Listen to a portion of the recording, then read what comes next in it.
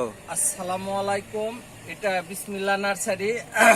আমরা এখানে বিভিন্ন ধরনের গাছ বিক্রয় করে থাকি। আপনারা দেখতে পাচ্ছেন এটা হচ্ছে গোল্ডেন এইট পেয়ারা। এই পেয়ারা খেতে খুব সুস্বাদু এবং এটা আকারে ফুটবলের মতন, কিন্তু বলা যায় এক ধরনের কমলা লেবু। এবং এই পেয়ারাটা অতি সুস্বাদু এবং বিচি খুব কম। আপনারা দেখতে পাচ্ছেন। এরপরে এটা বারোমাসি থাই আম গাছ, যেটাকে বাংলাদেশে কাঠিমন বলা হয়। এটা বছরে কমপক্ষে 3 বার ধরে। তারপরে আপনারা দেখতে পাচ্ছেন এটা হচ্ছে ব্যানানা সবেদা, যেমন কলার মতন। এই সবেদাটা হয় কলার মতন। এটাও খেতে ভালো। আমরা আমাদের দেশি যে সবেদা পাই তার চেয়ে অনেক সুস্বাদু এবং খেতে মানে সুঘ্রাণ জাতীয়। এটা হচ্ছে আপনার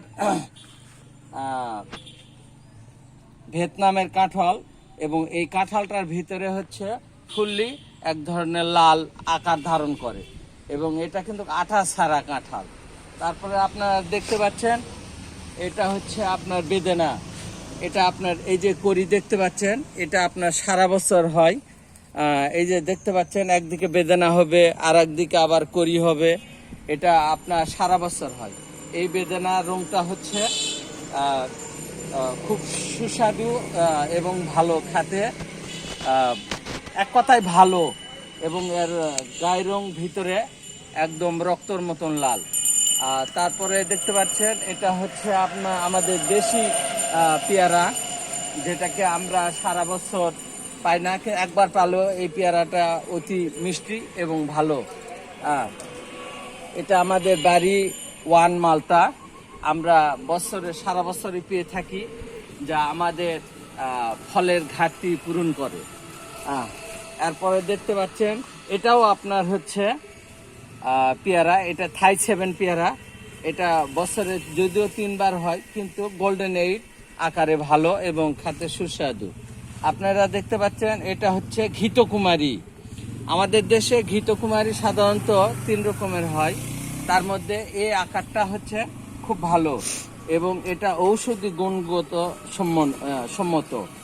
এবং এটা মেয়েরা সাধারণত গায়ে এবং মাখলে তাদের শরীর, এক কথায় স্কিন, যেটাকে চামড়া বলি, এটা ভালো থাকে। এরপর আপনারা দেখতে পাচ্ছেন এটা হচ্ছে কাঠগোলাপ। এটা এই কাঠগোলাপের আকারটা হবে হচ্ছে গোলাপি, কিন্তু ভিতরে হলুদ এবং সব সাইড দিয়ে সাদা। আপনারা এটা দেখতে পাচ্ছেন এই কাঠগোলাপটা, এটা হচ্ছে ফুল্লি গোটাটাই হলুদ হবে। এটা এটা দেখতে পাচ্ছেন এটার কালার হচ্ছে আপনার খয়েরি কালার হবে এবং লেমন।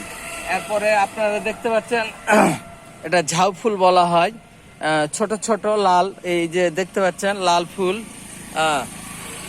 এটা লাল, এটা আপনার বিল্ডিং এর বা জানলাতে উঠে দেওয়া যায় এবং খেতে ভালো। এটা হচ্ছে থাইল্যান্ডের 12 মাসি আম।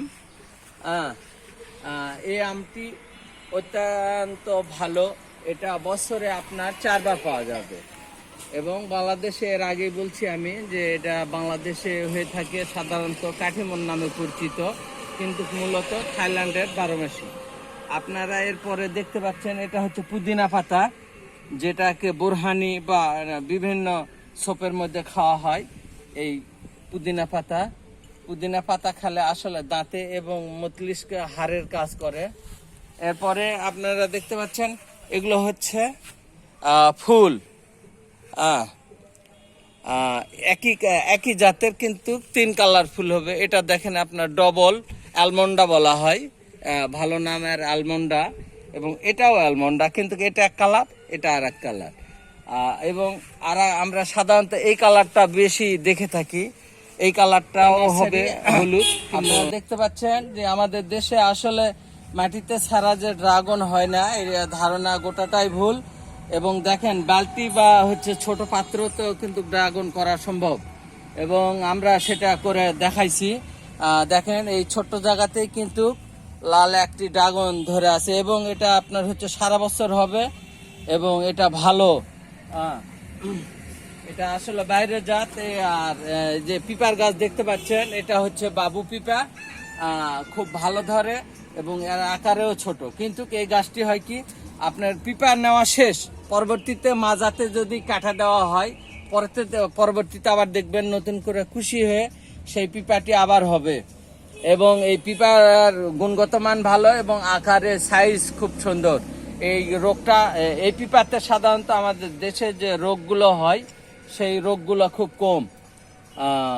এরপরে আপনারা দেখতে পাচ্ছেন আমাদের দেশে কলা, যে ছোট জাতের যে কলা হয়, আমরা যেটাকে কলা, এই যে কলা দেখতে পাচ্ছেন, এটা খুব ছোট গাছে কলা হবে। এর নাম হচ্ছে অনুপম, বা বাংলাদেশ বানাইছে। এই কলাটি মূলত হচ্ছে থাইল্যান্ড থেকে আনা।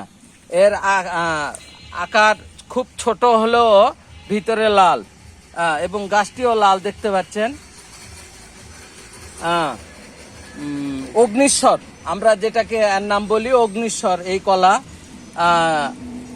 এবং এটা কিন্তু হচ্ছে খুব সুস্বাদু এই অগ্নিশ্বর কলা। এরপরে আপনারা দেখতে পাচ্ছেন যে ছোট জাতের বাড়িফোর আম। এই আমটি আমাদের দেশে মূলত এটা হচ্ছে বাংলাদেশের, যেহেতু বাড়িফোর বলা হচ্ছে, অর্থাৎ বি নেওয়া হচ্ছে, সেহেতু বাংলাদেশ উদ্ভাবন করিয়াছে। এবং এটা কিন্তু পচনশীল না এই আমটা।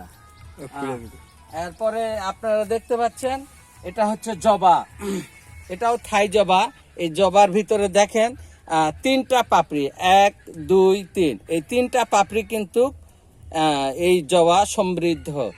জবা আমাদের সাধারণত দেশে কিন্তু এক রকমের হয়, কিন্তু এটাতে দেখেন আপনারা 3টা, 1 2, এই দেখেন 3, এই 3টা পাপড়ি সংযুক্ত, পাশাপাশি 3টা কিন্তু ফলজ হয়ে উঠে আসছে।